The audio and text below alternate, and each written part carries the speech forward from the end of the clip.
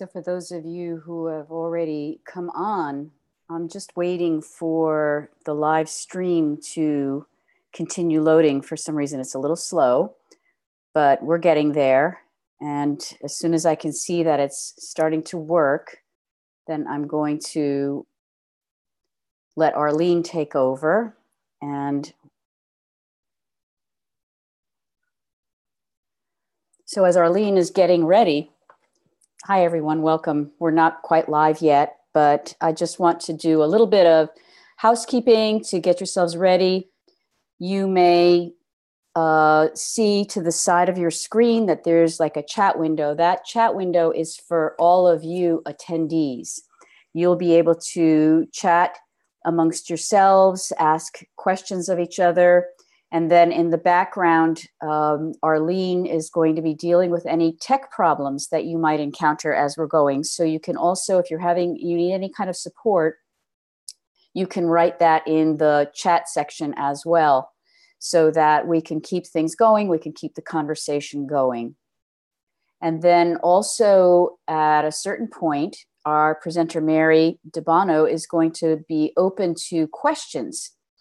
And if you would like to ask your question, you need to also be prepared to be on video. So if you're wanting to ask a question live, you're going to have the opportunity to do the raising hand function. And then when it's time to ask your question, we'll put you on to be able to ask your question verbally of Mary. So make sure that you're dressed and ready to go and your camera works and your sound works and all of those little details. So those are just a few of the little things that we want to prepare before we go online. We're super excited. And now I'm just waiting for the go from Arlene.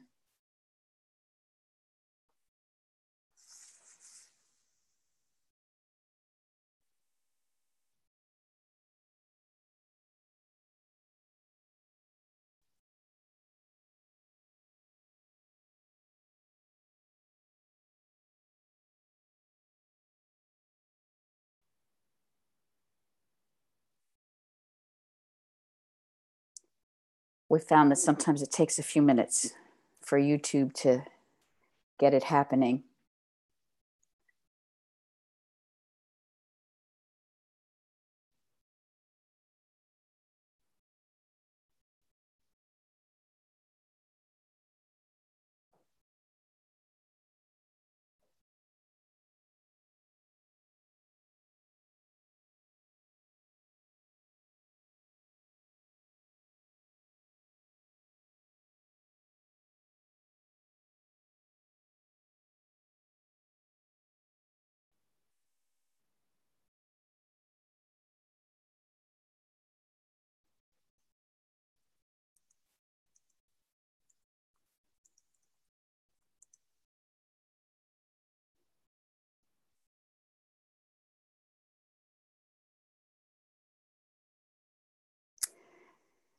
And we are live. Mary, you can unmute yourself.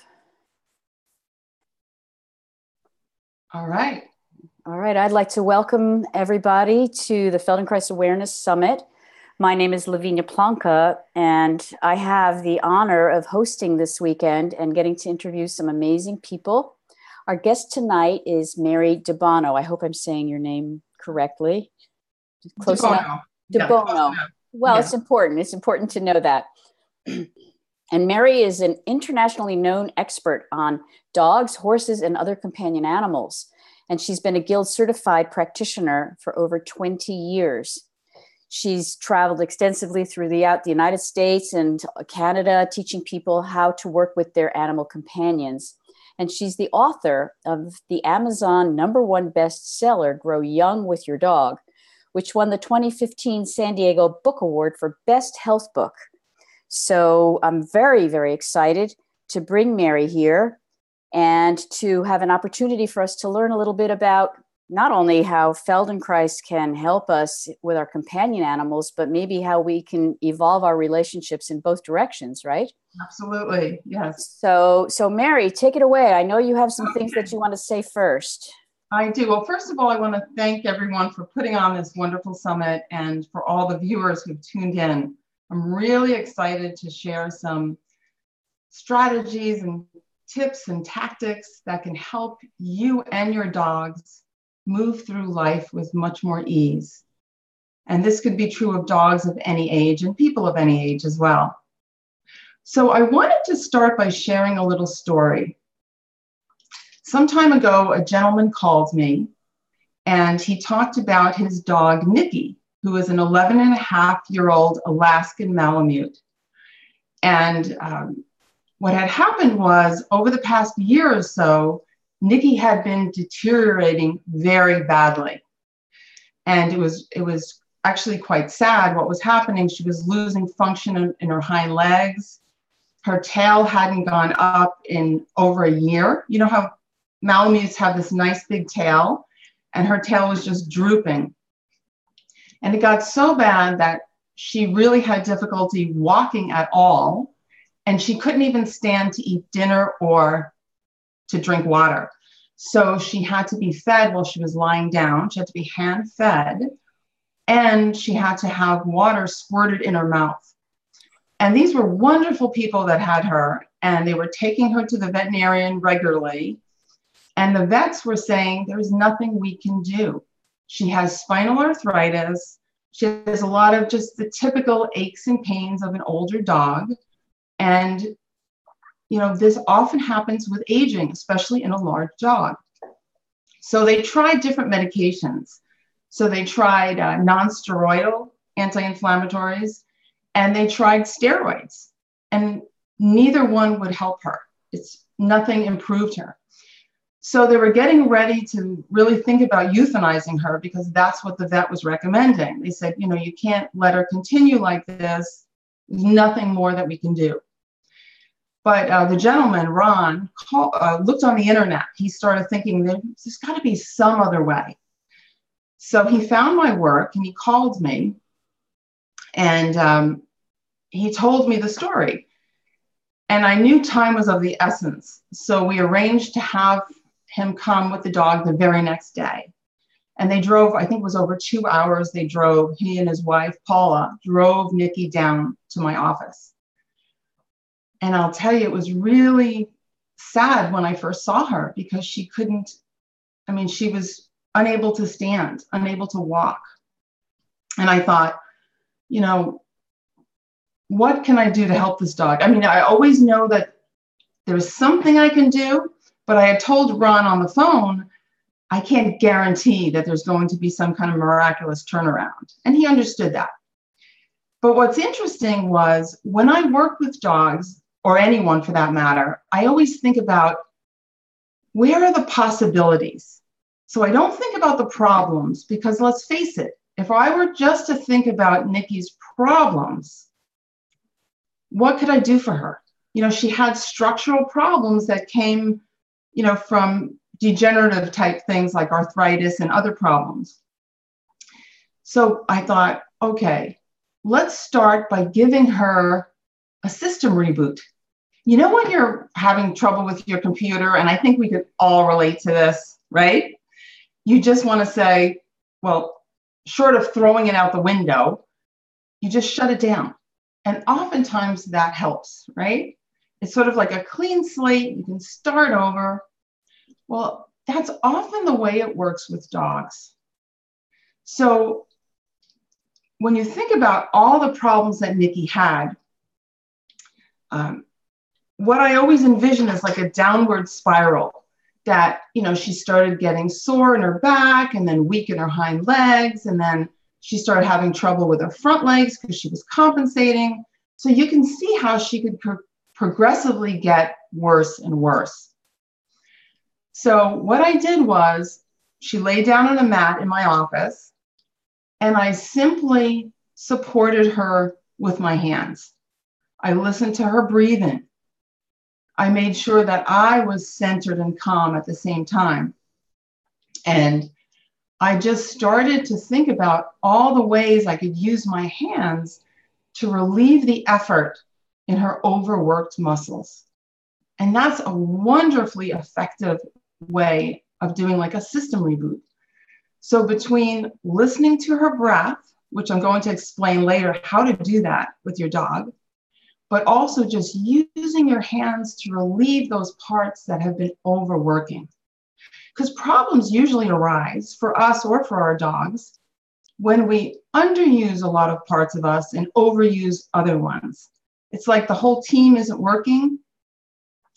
So I find if I can start to relieve the effort, it makes a huge difference to the dog, and the dog's brain gets on board with me. In other words, I get the attention of their nervous system. Because if you think about it, if you think about any animal, human or dog or horse or cat, when there's an injury, whether an acute injury or something that's happening over a period of time, right, what happens is there's a lot of noise in the nervous system. There's pain, there's tension, there's fatigue. So what I like to do is quiet that noise way down. Then I know I can make a connection with that dog and start to give the dog some options in how she's moving. So that's exactly what I did with Nikki.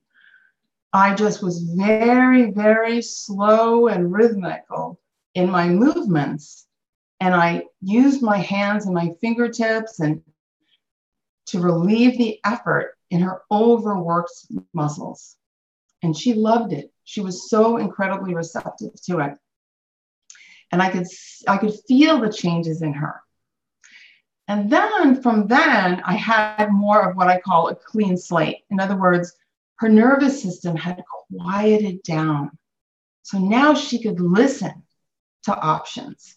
She could listen to the fact that maybe there was another way to experience life, that she didn't have to be protecting and, using herself in such a way that balancing was impossible. So I was able then to take her through these very, very gentle movements of her spine and her rib cage and start to get this idea of movement while she's lying down. And I gradually brought in her pelvis and her hind legs and her front legs and her head and neck and her tail. And all the while she's comfortably lying down. So she's not challenged by trying to balance on four legs. She's not worried about that. She's lying down. And then I added something that as Feldenkrais practitioners, we know, and anyone who's maybe had a series of lessons might know this, is something we call artificial floor, or some people call it false floor. And that involves using something firm and flat against the bottom of the foot. And you could actually kind of convince the nervous system that it's standing up, that the animal is standing up. So the dog's brain starts to organize for standing. And then at the same time, I could support her back and her legs in such a way that it's a pleasurable experience. I always make sure, for example, I put towels and things between the legs so that the legs are about the same width they would be in standing. So there's these wonderful ways that you can work with animals like this, and you can help them discover completely new options in what they're doing and have them feel like I don't have to be on this downward spiral. There's hope, there's optimism. So with Nikki, I did that one session, and I also taught her people some things to do with her at home. So the next day I got an email from Ron, and he said to me that Nikki sat up in the car on the way home. And she did that. She sat up for 30 minutes, and she had not been able to sit up in months. So that was huge right there. And he said, but it got better when they went home, because they brought her home and she started walking around their backyard. And her tail was even held high. So it was really pretty cool. And she ate dinner standing up, and she drank water standing up. And again, this was the first time in months that she had been able to do that. So again, if I had looked at Nikki as a problem to solve, I don't think I would have gotten very far. But when I looked at her as, wow, where can we find the possibilities for improvement here? How can we do this little adventure together? Completely changed the outcome. So it was really, really exciting because Nikki then got better and better as the days and the weeks went by. And I have video on my website and everything of her trotting along. I mean, she looks fabulous. And actually, people afterwards thought that Ron and Paula had gotten another dog because they had seen, isn't that great? Because they had seen her being carried all the time with the vet saying she had to be euthanized and all that. And it was just so rewarding to me to see that change in her. And that's just one example of how you can really change a dog's future by knowing these different ways of using, moves from the Feldenkrais method that can help you and your dog at the same time. So just wanted to share that story as we get started. That was great. Yeah, isn't that amazing? Yeah, yeah. I mean, and it really shows the power of just supporting someone and giving them the feeling that it is possible. So I understand that you have a video to share about how you work with your animals. I do. Yes. So all you have to do is, you hit the screen share. Okay. Before I do that, I just want to set it up a little bit for everybody. Sure. So when I was talking about when I first started with Nikki and I was kind of rebooting her nervous system, one really great way to do that is to listen to your dog's breath, to listen to their breathing. And it seems so simple, but it's actually quite profound because what you're doing is you're really clearing your own mind of all your other thoughts that you might have. Like maybe you're worried about your dog or you think you're not doing this right or something else. And I find that this is a really great meditation, if you will, and it helps you and it helps your dog. So it's a wonderful way to either start a session with the dog and then you can do more, or just do that for a few minutes. So it's a great stress reliever for you, and it's a great way to help improve your dog's movement and well-being and also deepen the connection between you. So this video is going to show you how to do that, and then some additional things of actually working with the dog's rib cage. And these are things you can play very, very gently with your own dog, as long as your dog doesn't have any major pain or anything, and you're doing it very delicately, like I'm doing it. And it's a wonderful way, again, of improving their movement, their well-being, and really deepening the connection between you. Okay, so I'll go ahead and share that now.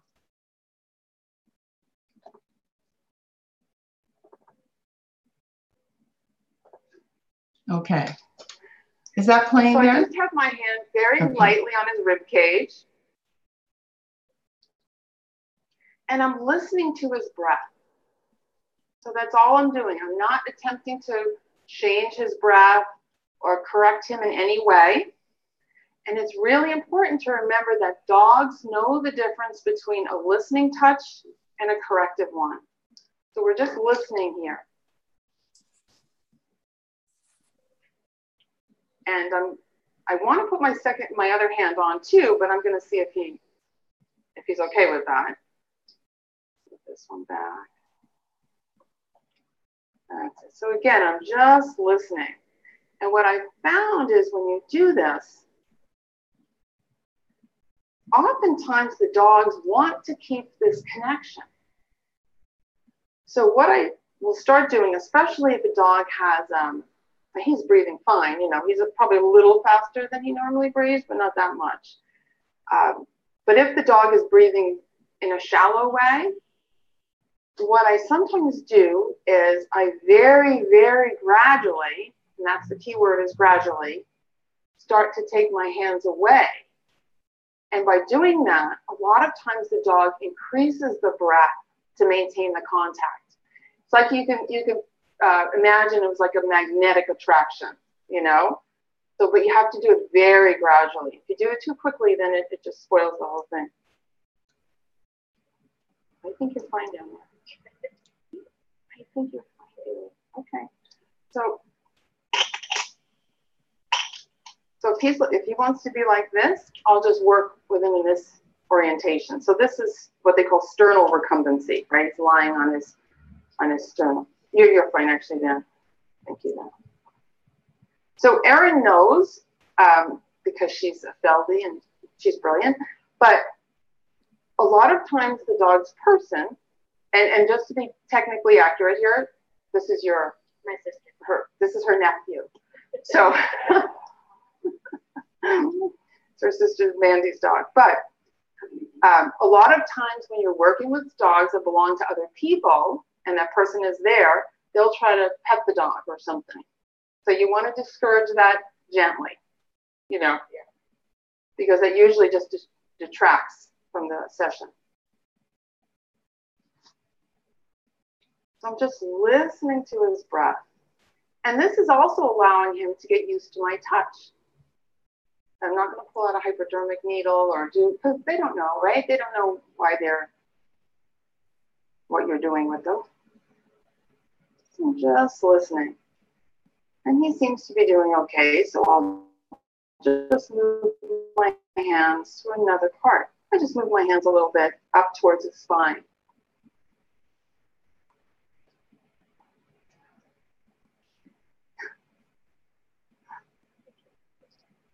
That's all right. It's been a while.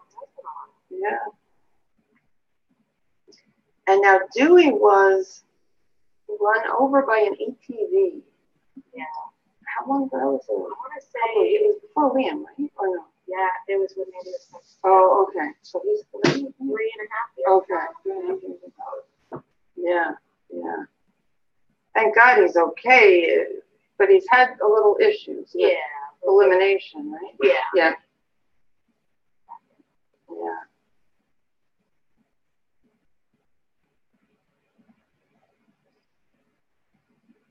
So I'm just going to move my hands. But again, you really, when you're working with dogs, you really want to be gradual in your transitions.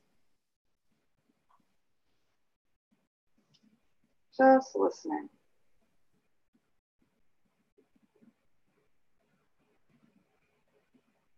And now, you know, he seems pretty chill. So I'm going to see if I can actually do something else. So that's what I call connected breathing. And sometimes that's a good part of your session. I mean, with certain dogs, that would be a good part of the session. But what I'm going to do now is just kind of lift his rib cage towards his spine a little bit. It's just a very, I know that's a loud motorcycle.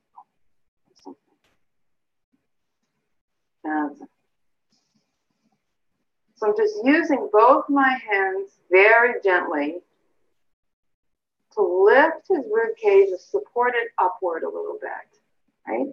And this can actually relieve a lot of the tension around the back and the shoulders. I know you're trying, but I know you're yeah, not too quick. I know, yeah, because he's kind of leaning on you. So let him. You're fine. Yeah, thank you. Oh, there's noise out there. So now I'm going to start asking, you know, I'm always asking questions with my hands, right? That's what we do. We're always asking questions. We're never saying move this way, move that way. We're always saying, can you move this way? How does this feel? Is this an easy direction? So we're always asking questions. So now my question is going to be, can you shift the rib cage forward a little bit, meaning towards his head? So it's a tiny movement. A lot of dogs really love this because, again, it can relieve a lot of strain around the shoulders and the neck.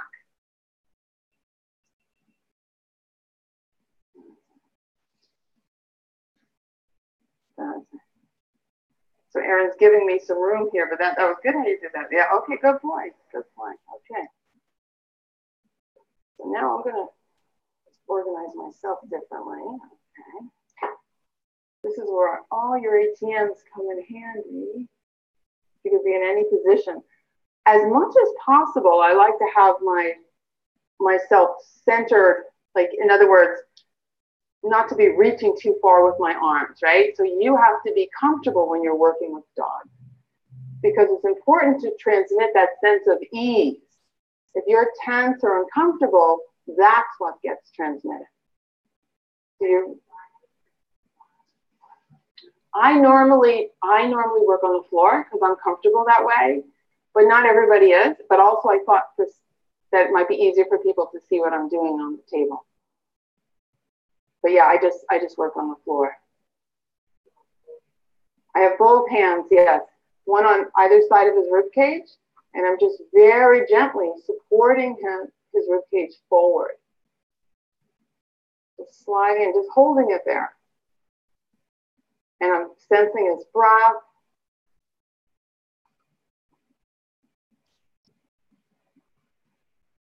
And now I'm going to move one side at a time. So this is kind of like rolling the rib cage from side to side.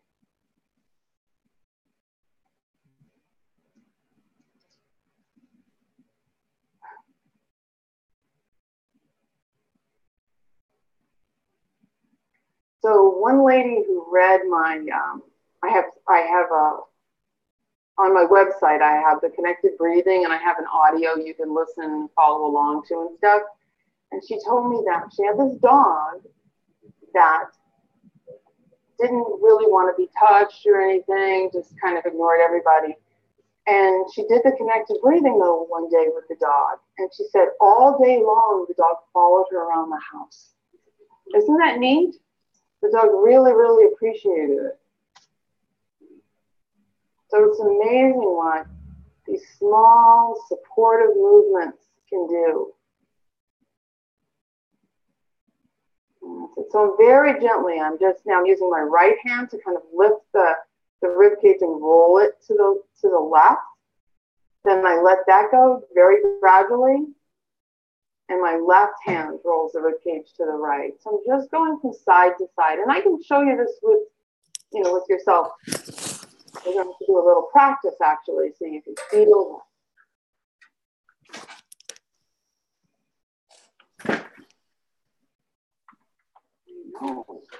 Even though he's chill, see how he's a good watchdog. He's like, I heard something out there. We'll see if he likes him.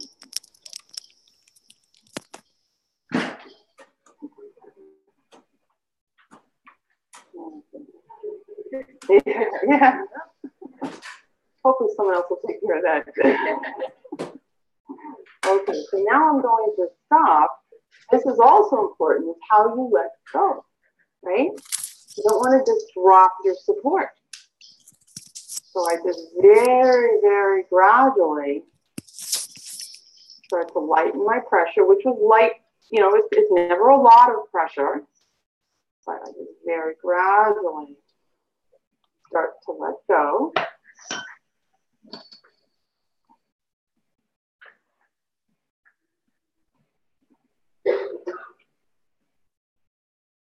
And then, even though I'm no longer rolling the rib cage, I'm no longer bringing it towards his head, but I still keep my hands there, right? Still keep my hands there.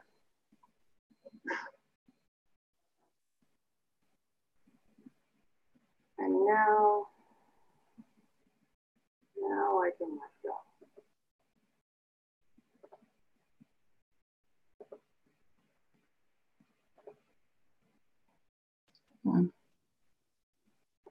Okay. Okay. Yes. Cool. So I'm just curious. Let me just bring up. Of course, it's sort of like watching a movie and then getting cut off before you see the finale where the dog runs off into the sunset. I was wondering how the dog felt afterward. Oh, he was great. I mean, he had, he's a young dog, but he was run over by an ATV about 3.5 years ago. So he does have a part of his spine, an area of his spine and his rib cage that's a little bit wonky, and it has affected his elimination and stuff. So it was really great. That was a workshop I taught, and he was one of the stars of the workshop. So I got to work with him a lot after that, in that day. Mm-hmm. And he did really, really well. But then we did more targeted things as well to help him with that problem. But you can see how critical it is to start with that, though. In other words, you can't, you want to start with something more general like that, that involves the whole rib cage, and then get to finer and finer details of working with dogs. But go ahead, finish. I was going to say what I really wanted to bring out in that little video clip is that, number one, the work is really, really gentle. So less is definitely more. It's, you're hardly moving them, but yet it's significant for the dog. And then the other thing is there is a lot of relief that you're giving them when you support their rib cage in those different directions. It's amazing. And I have some really interesting stories about dogs I've worked with that had been kind of difficult for their people, and that really were transformed by those simple movements. So yeah, and I can talk more about that. Actually, there was a lady from Los Angeles. She had read my book, and she had a dog who was 15 and a half. He was an American Foxhound and Jack Russell mix, which is a very unusual combination, but he was rescued in Virginia, and that's actually quite common in hunt country out there. Mm-hmm. So he had a lot of trouble walking. He had a lot of arthritis in his hips and his spine, and it was very, very difficult for him to walk at all. And of course, then he's overusing his shoulders, right, and his neck. And she had told me that he had never liked to have been touched, even as a young dog. He just was not a dog that liked a lot of contact. And I mean, he loved her, and they had he was a wonderful dog, but he didn't like to be touched. Mm-hmm. So just so happens I was teaching a horse and rider clinic in Los Angeles one day, and she said, okay, I'll bring my dog up for you to work with. And it was pretty cool because, we were just in a little tack room for the horses. And I clearly saw the dog did not want to be touched at all. And the woman, who was a lovely, lovely woman, was thinking she had to force him to sort of submit to it. She was trying to figure out how to get him to let me touch him, or to even let her touch him. But I told her, no, don't do that. And I just approached him in a way that was non-threatening. So I didn't come right at him forward. I kind of went to the side and started touching around his shoulders and started to support his rib cage, just like you saw me do with that dog in the clip. And before you know it, that dog was in my lap, begging me to work with him. So it was really, really fun. And then I got to show her how she could do that as well. And he walked out of there looking like $1,000,000. And what was really great was, because she had my book and she was going through the different moves that I teach in the book, she would email me his progress. And in a matter of days, this dog, who could hardly walk before, was running up and down the hallway in our house.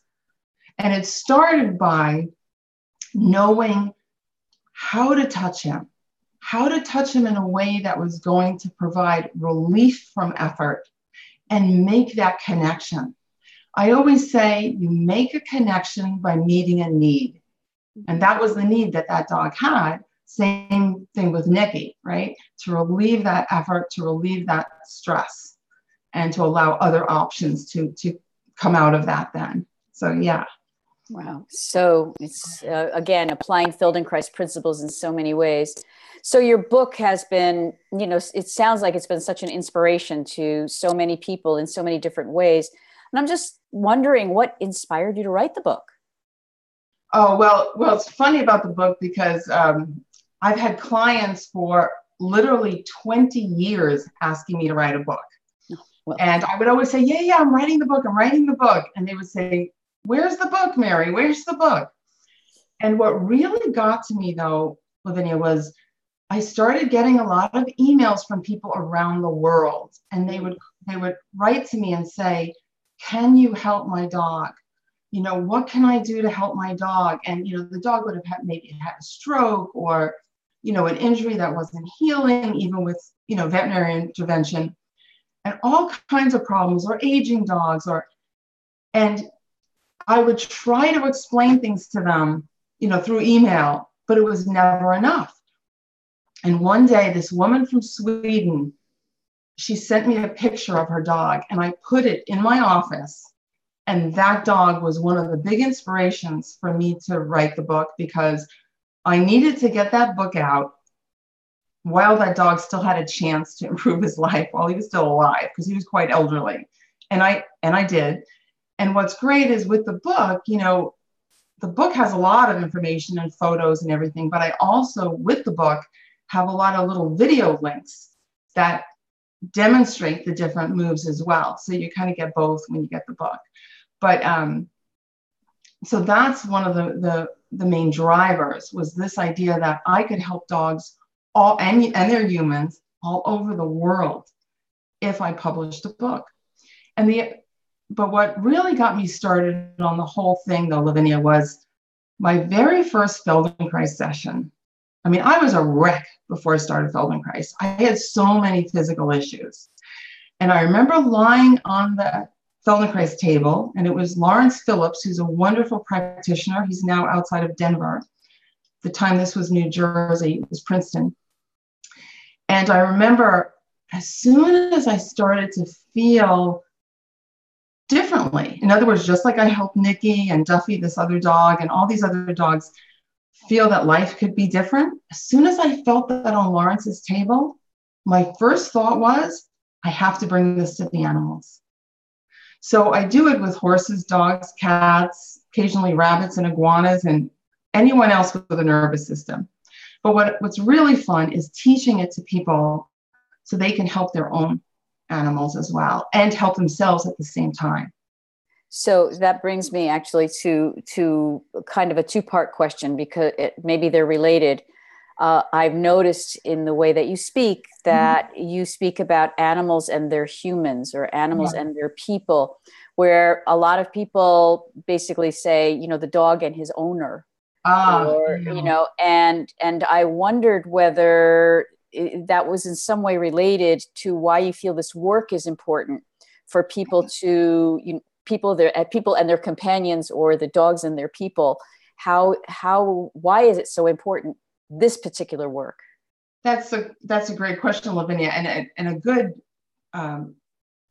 catch about the words I use, as far as they're people as opposed to owners. You're a cat person, right? I am. You know that you don't own those cats. They might own you, though. They might own you.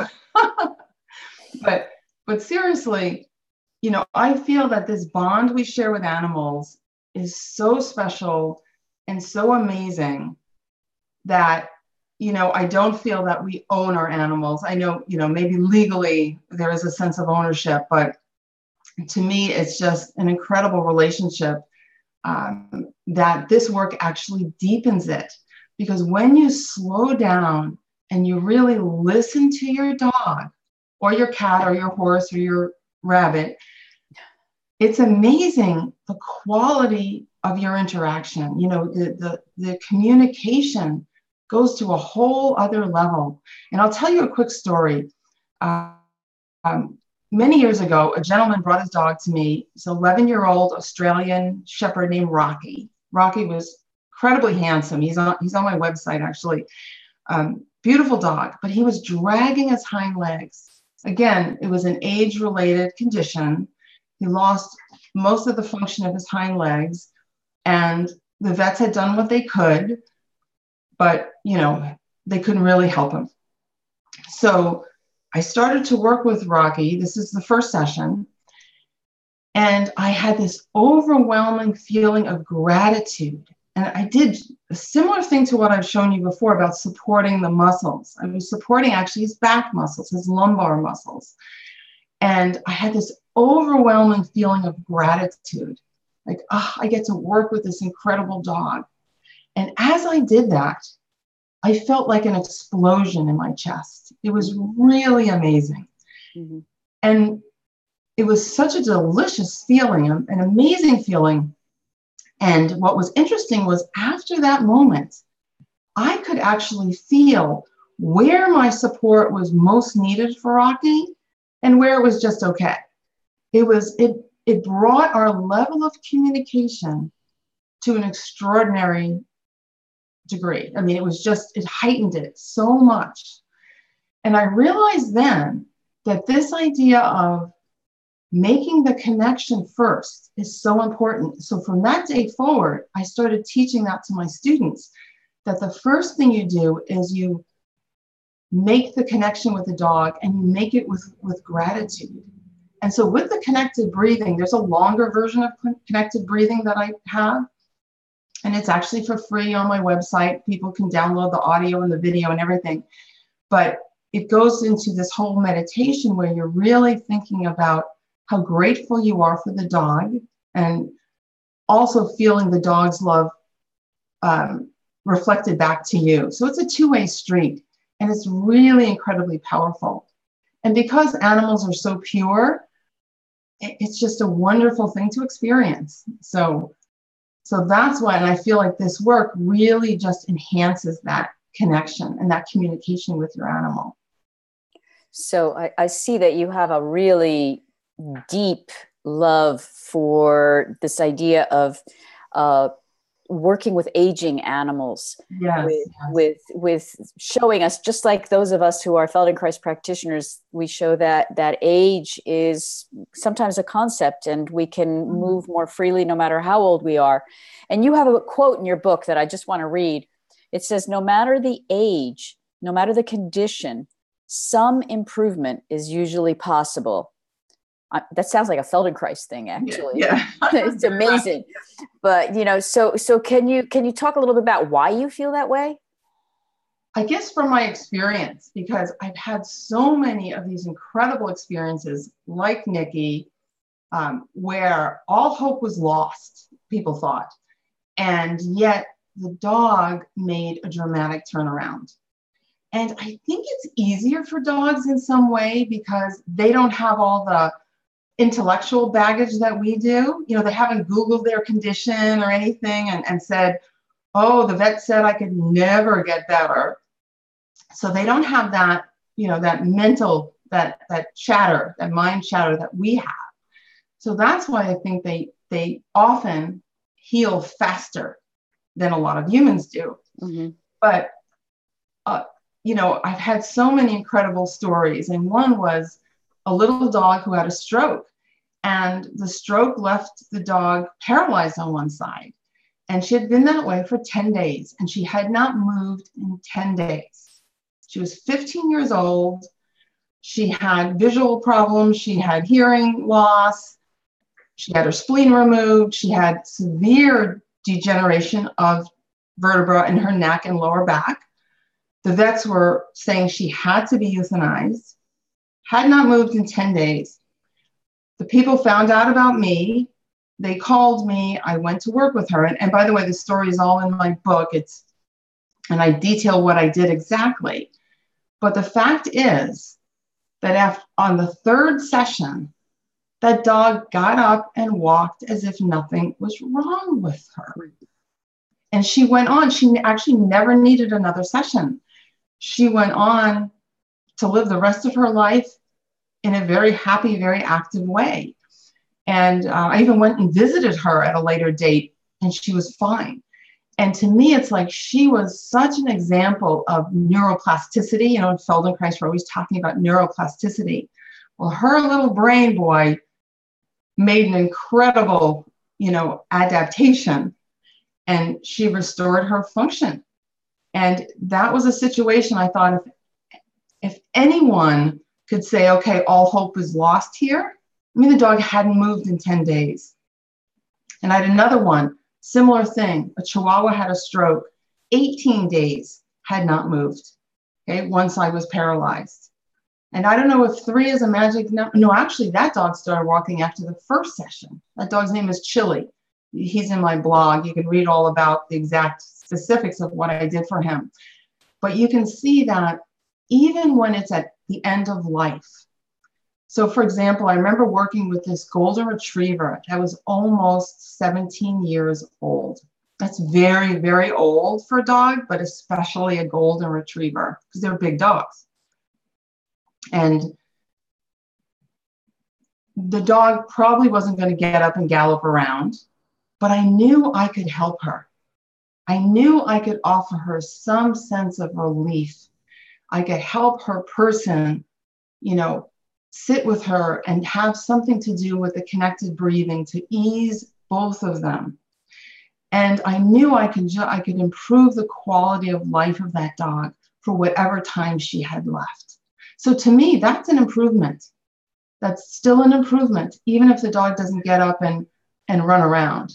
But there's amazing stories with dogs of all ages. So I feel like there's always room for some improvement, yes. Well, that's great. So we're coming to a point where we can open up for questions. And so as people are preparing your questions and getting ready to raise your hand so that we can bring you on if there is one, I just wanted to read a little comment from Jan Hetherington. I don't know if you know her. She's a practitioner out in the Northwest. Yeah. And she just said, I don't have a question, but I would like to concur that our animals truly recognize the special touch that we can give them. Absolutely. I've seen, quote, thought appreciation bubbles coming from our cats, and friends' dogs that I've worked with seem to know that I give them something special. I love to support them via their breastbones and to confirm that, quote, floor connection via my hands from their paws to their shoulders and their hips. Love. Just wanted you to know that. I love that. The love is pouring in for you. So I'm just going to take a look and see if anyone has any questions. If you have a question, just raise your hand. Just kind of scrolling through here to see if there's anyone. Of course, I have tons of questions, so I'll just fill up the time if you don't have one. So we're just going to keep it open. And if somebody comes up with a question in the next few minutes, we've only got a few minutes left in our talk, but please do feel free to ask a question. So, well, I could just keep on going. Because, I mean, one of the questions that I thought somebody else would ask, so I'll just ask it is, you know, how can people learn more? I mean, obviously there's your website, but how can people learn more about how to work with dogs? There's so many people who either are frightened by dogs or intimidated by dogs or love their dog, but don't really know how to communicate. Do they have to take a course? Do they have to hire an animal behaviorist? How can they begin to learn something more? Okay, great question. So I would say first thing is you really should take your dog to a veterinarian to make sure that there isn't any, you know, underlying medical condition that needs to be treated. That's really, really important. I don't ever work with dogs that are not under the care of a veterinarian. Very, very important. So that's number one. So make sure that your dog is cleared for you to be doing anything with your dog. And then the other thing I would recommend is I do have a lot of resources on my website, and they're perfect, you know, they're free. But I also have a new 4-part video training that's just come out. I'm really excited about it. And I'm offering actually a special deal to people that are registered for the summit. So I'm giving it for 20% off, and I'm throwing in my book. It'll be a digital version of my book, but it has different information in the book than what's in this new video. Plus, you get all the video resources that go along with the book. So I'm offering all of that. And there's a link on my speaker page, but it's debonomoves.com/video. Right. And Arlene is actually putting that in the chat. Oh, okay. Great. Great. Okay. And then, of course, my book alone is also available on Amazon as a soft cover or a Kindle. But I would say, but really, though, if a person is fearful of dogs, I do talk a lot about how to approach dogs. And that's something I think we should talk about, too, that a lot of people think like, well, how do I even start the session? Like, my dog is always distracted, you know, the old, oh, squirrel, you know, that dogs are always looking at something or being distracted easily. And if you saw in the video clip, one of the reasons I left all that in is you can see that the dog, Dewey, got distracted a few times, and I just went with it. So that's really, really important. Another thing is, if your dog has any hesitation about you touching him, or certainly if it's like a friend's dog or someone else, that you don't want to be threatening. So coming at a dog, you know, head on, so to speak, straight ahead, is threatening to a lot of dogs. So you'll find if you can approach a dog, you know, with maybe your shoulder leading, you know, sideways. I even gave a session to a dog. She was so shy. This dog was not aggressive. She was just really shy. And the only way she would lie down is if I kept my back to her. Mm-hmm. So I actually worked with my hands behind my back for a while until she felt how good it felt. And then she was okay with me going sideways. And finally, I was able to face her. But you have to, you know, you kind of learn all these little tricks just by being aware of your pressure you're putting on a dog. And by pressure, I mean your physical presence is a form of pressure. So we did get a question. Okay. I guess she doesn't want to be on camera, okay. But I can certainly read the question. And that is, do dogs favor one side over the other as humans do? And is there a way to enhance the unfavored side? That's a great question. Really good question. You don't see it as much in dogs as you do in, say, for example, horses. But I do see it. I see it usually when there's been an injury, even if it's like a minor injury that the human may not even have noticed, but the dog has learned to bend more on one side, to be on one, what they call lead, you know, lead with one foreleg more when they're cantering.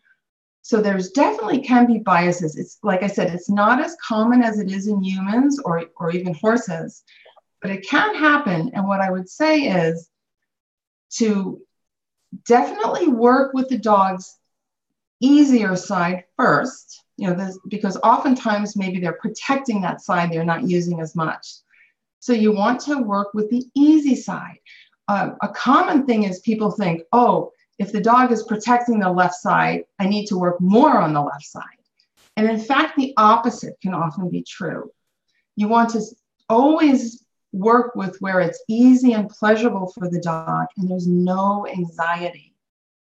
And then you can start to slip in and work with the other side. But that's a really good question. And yes, it does happen. So as we're getting a little closer to the end, I just wondered if there is like, is there something, the most important thing that you would like viewers to take away from this? Like, you know, if we were to take like the prize from our interview, or, you know, what's the takeaway? I would say that the takeaway is to know that some degree of improvement is virtually always possible. That's number one.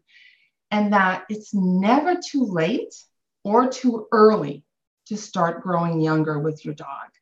That there's, again, no matter the age, no matter the condition, some improvement is possible. And that simple moves, just paying attention to your dog, like connected breathing and working with the rib cage and these other things that I teach, can have a huge impact on your dog's quality of life and on their future well-being as well. And at the same time, those movements will help improve your coordination, your awareness, and your kind of like will allow you to center yourself as well. Let's put it that way, and reduce your stress. So you wrote something very intriguing for how you wanted to wrap this up. And I just like, I read it and I say to myself, wow, grow young with your dog in 3 simple steps. Yeah. Give us the 3 simple steps, Mary. We want to know I want to grow young, even though I don't have a dog. So maybe I can feel that as well. You can still do it you'll do it with your cat or you don't even need an animal actually. But the first step is to breathe and appreciate.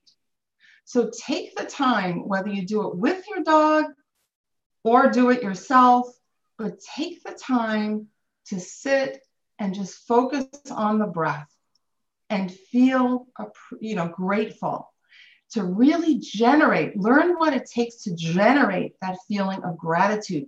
It's amazing how it makes physiological changes in us when we feel grateful. So it can be stressful, like maybe a dog is injured or aging and you're worried, or you're worried about something else at work or whatever. But if you take the time to sit and breathe and appreciate, that's a huge improvement already. You'll grow younger. Step number 2 is to cultivate curiosity. Because to me, I think curiosity is our greatest tool. And who's curious? Youthful individuals are curious, right? So even someone who's 120 years old, if they're still curious, I think they're young, right? It's a youthful state. That means the brain is engaged. So how to cultivate curiosity is, anything to do with Feldenkrais, of course, that's our strong suit, right? Curiosity. But think of the habits that you do without thinking, right? You put your jacket on a certain way, you walk the dog a certain way down the street, you brush your teeth with your dominant hand, all the different things that we do repetitively. I encourage you to do them differently, to kind of break out of your rut and to be curious about how you do them. I find in my workshops, I love having people put on their jacket or a sweater or a shirt or something and then say, okay, now do it the other way. Put your other arm in first. And it's amazing how for many people that feels so weird, because there's a lot of other movements, maybe some lateral flexion, side bending or whatnot involved in putting on our clothing. And so be curious, because the more we can break out of our ruts, the more youthful we'll be, right? The brain will continue to learn and improve, and our bodies, follow along. And then number 3 is to embrace ease. So instead of powering through and struggling and getting old before your time and before your dog's time, think of how things can be easy. So as far as with your dog, you can think of really breaking things down. If you're teaching your dog a new skill, a new trick, or a new sport, really breaking it down into easy, pleasurable steps. And that's what I do with my hands in this work. Like when I was teaching a dog, having them rediscover how to walk, for example, you break it down and you make each piece easy and pleasurable. So again, that goes, let's start over the 3 steps, right? Breathe and appreciate, cultivate curiosity, and embrace ease. And you'll grow younger, and so will your dog. Wow. Those sound like Feldenkrais principles to live by. You're absolutely right. We could all grow young with that. So I just wanted to let everyone know that there is a Facebook group that could continue a chat after this conversation with Mary. If there are people who are interested in doing that, I believe Arlene is going to put the information for how to get onto that chat. I saw that some people were writing that they're sharing links of Mary's work with their friends, people who were not able to attend the summit or didn't know about it. Those people could possibly go on. I'm not sure. Is the Facebook group open to everyone or not? There's the link for those of you who know that, and maybe you can continue asking questions in the dialogue on Facebook after we close here. So I don't know, Mary, do you have anything else to say in conclusion? Although that last bit was pretty good. I can't think of anything else. So, well, I just want to thank you so much. It has been an absolute pleasure to have Mary Debono on there and on with us. And I want to remind those of you who did attend, first of all, thank you all for attending, that we still have a few more days left to go to celebrate this International Feldenkrais Week in this summit. So make sure you check your schedule and join us as often as you can. I'm Lavinia Plonka, and I hope to see you all tomorrow. Thank you so much. It was Thank a you. pleasure. Thank you.